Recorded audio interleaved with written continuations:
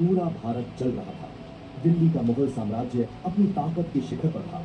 लाखों सैनिक, हजारों हाथी और एक ऐसा बादशाह जिसके सामने बड़े बड़े राजा सिर झुका देते थे। लेकिन सह्याद्री की ऊंची पहाड़ियों में सिर्फ 16 साल का एक लड़का एक ऐसा सपना देख रहा था जो उस दौर में पागलपन माना जाता था। हिंदवी स्वराज्य। लोग हंसे, मजाक उड़ाया और कहा, मुट्ठी भर लोग मुगलों को चुनौती देंगे। लेकिन कुछ ही वर्षों बाद वही लड़का दिल्ली के मुगल साम्राज्य की नींव उड़ाने वाला था। उसका नाम था छत्रपति शिवाजी महाराज। एक ऐसा योद्धा जिसने पहाड़ों को अपना किला बनाया, जंगलों को अपना हथियार और अपनी अद्भुत रणनीति से दुनिया की सबसे बड़ी ताकतों को बार बार मात दी। फिर आया एक ऐसा दौर जब मराठा साम्राज्य की शक्ति की गूंज अटक से लेकर तमिलनाडु तक सुनाई देने लगी। दिल्ली तक भगवा लहराया और एक समय ऐसा लगा मानो पूरे भारत का भविष्य बदल चुका हो। लेकिन फिर वही सवाल, इतना शक्तिशाली मराठा साम्राज्य आखिर खत्म कैसे हो गया? क्या इसकी वजह सिर्फ अंग्रेज थे या इसकी बर्बादी की शुरुआत अपने ही लोगों से हुई थी? क्या ये सत्ता की भूख थी, विश्वासघात या इतिहास की सबसे बड़ी रणनीतिक गलती? आज हम जानेंगे छत्रपति शिवाजी महाराज के जन्म से लेकर मराठा साम्राज्य के उदय, उसके स्वर्ण युग, पानीपत की सबसे भीषण लड़ाई, पेशवाओं के उत्थान और अंत में अंग्रेजों के हाथों उसके पतन तक की पूरी कहानी। इस वीडियो में आपको ऐसी ऐतिहासिक सच्चाइयां जानने को मिलेंगी जो अक्सर इतिहास की किताबों में भी विस्तार से नहीं बताई जाती।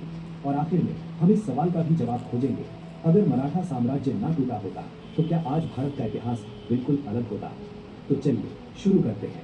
मराठा साम्राज्य, उदय और पतन, छत्रपति शिवाजी से पानीपत तक।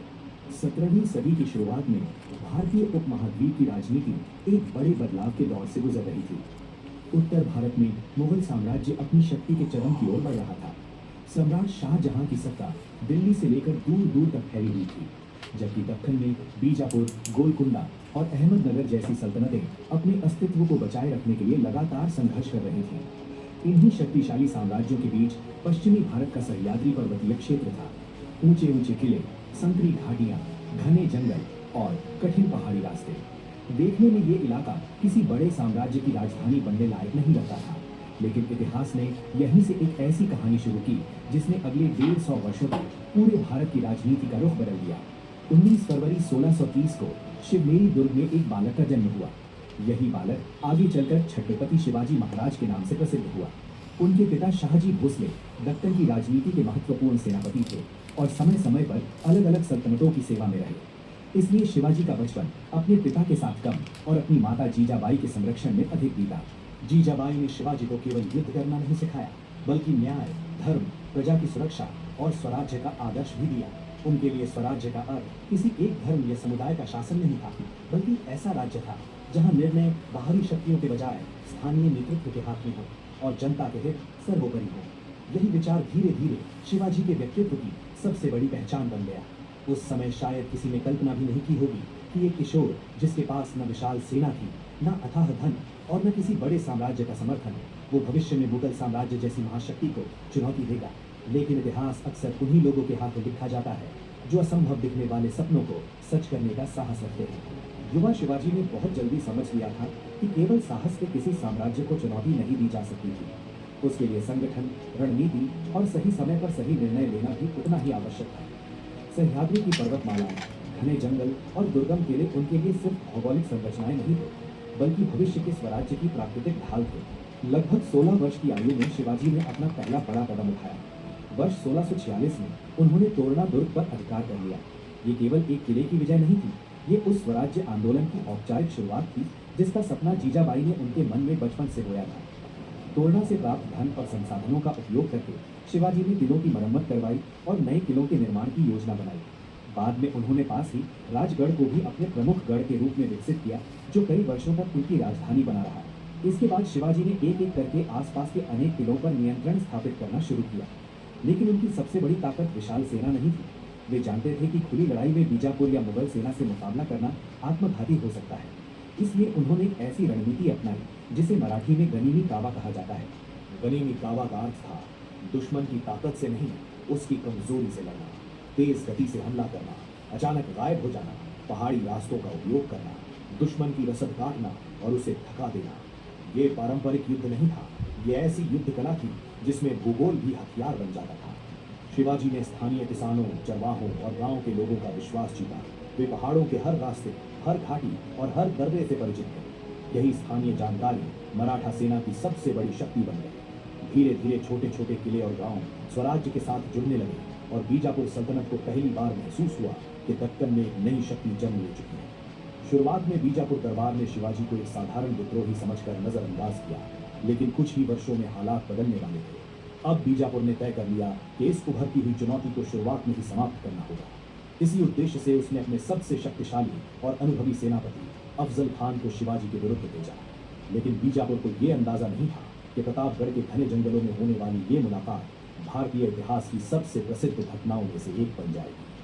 1659 तक शिवाजी का प्रभाव लगातार बढ़ रहा था।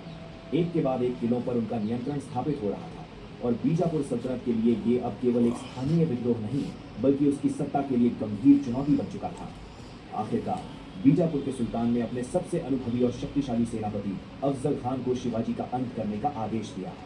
अफजल खान अपने विशाल कद, युद्ध कौशल और क्रूर स्वभाव के लिए प्रसिद्ध था।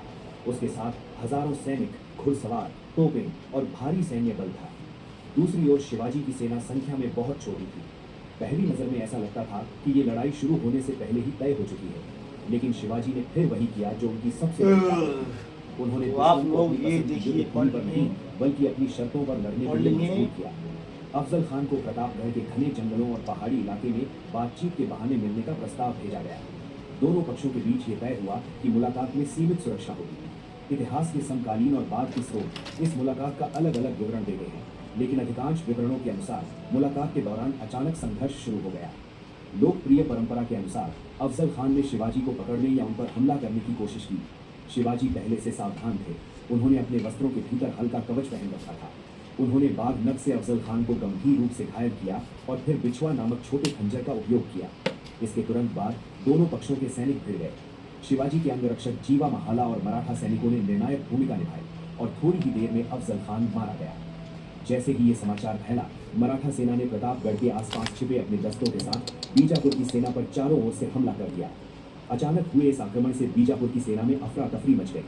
भारी संख्या में सैनिक मारे गए या बंदी बनाए गए, जबकि बड़ी मात्रा में हथियार, घोड़े, हाथी और सैन्य सामग्री मराठाओं के हाथ लगी। ये विजय केवल एक सैन्य सफलता नहीं थी। इससे पहली बार पूरे दक्कन को यह एहसास हुआ कि शिवाजी केवल पहाड़ों में लड़ने वाले एक स्थानीय सरदार नहीं है।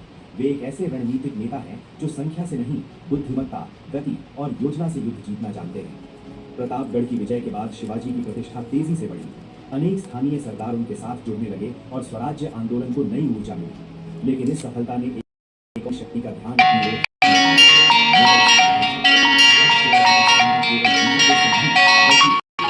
विशाल साम्राज्य से होने वाला था। प्रतापगढ़ की विजय के बाद शिवाजी अब केवल बीजापुर सल्तनत के लिए ही नहीं, बल्कि पूरे दक्कन की राजनीति के लिए एक निर्णायक शक्ति बन चुके थे।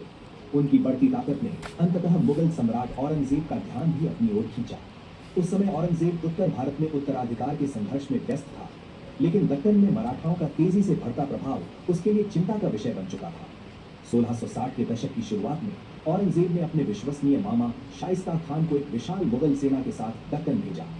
शाइस्ता खान ने पुणे पर कब्जा कर लिया और वही लाल महल, जहां कभी शिवाजी का बचपन बीता था, अपना निवास बना लिया। ऐसा लगने लगा कि अब मराठा आंदोलन का अंत निकट है। लेकिन अप्रैल 1663 की एक रात इतिहास ने फिर करवट ली। अंधेरे का लाभ उठाकर शिवाजी अपने चुनिंदा सैनिकों के साथ गुप्त रूप से पुणे में प्रवेश कर गए। स्थानीय रास्तों की जानकारी और सटीक योजना के कारण वे सीधे लाल महल तक पहुंच गए। अचानक हुए इस साहसिक हमले से मुगल सैनिक संभल ही नहीं पाए। संघर्ष के दौरान शाइस्ता खान घायल हुआ और उसके हाथ की कई उंगलियां कट गई। किसी तरह वो अपनी जान बचाकर भाग निकला। इस घटना ने पूरे मुगल साम्राज्य को झकझोर दिया। भारत के सबसे शक्तिशाली साम्राज्य का एक प्रमुख सेनापति अपने ही शिविर में इतनी कड़ी सुरक्षा के बीच हमला झेल गया था। ये केवल सैन्य सफलता नहीं थी, बल्कि मनोवैज्ञानिक जीत भी थी। शिवाजी की प्रतिष्ठा पूरे भारत में और बढ़ गई। इसके अगले ही वर्ष 1664 में शिवाजी ने पश्चिमी तट के सबसे समृद्ध व्यापारिक नगर सूरत पर आक्रमण किया। उस समय सूरत मुगल साम्राज्य का प्रमुख समुद्री व्यापारिक केंद्र था, जहां भारतीय व्यापारियों के साथ साथ विदेशी कंपनियां भी सक्रिय थीं। शिवाजी का उद्देश्य आम नागरिकों को नुकसान पहुंचाना नहीं था, बल्कि मुगल प्रशासन और धनी व्यापारिक प्रतिष्ठानों से धन प्राप्त करना था।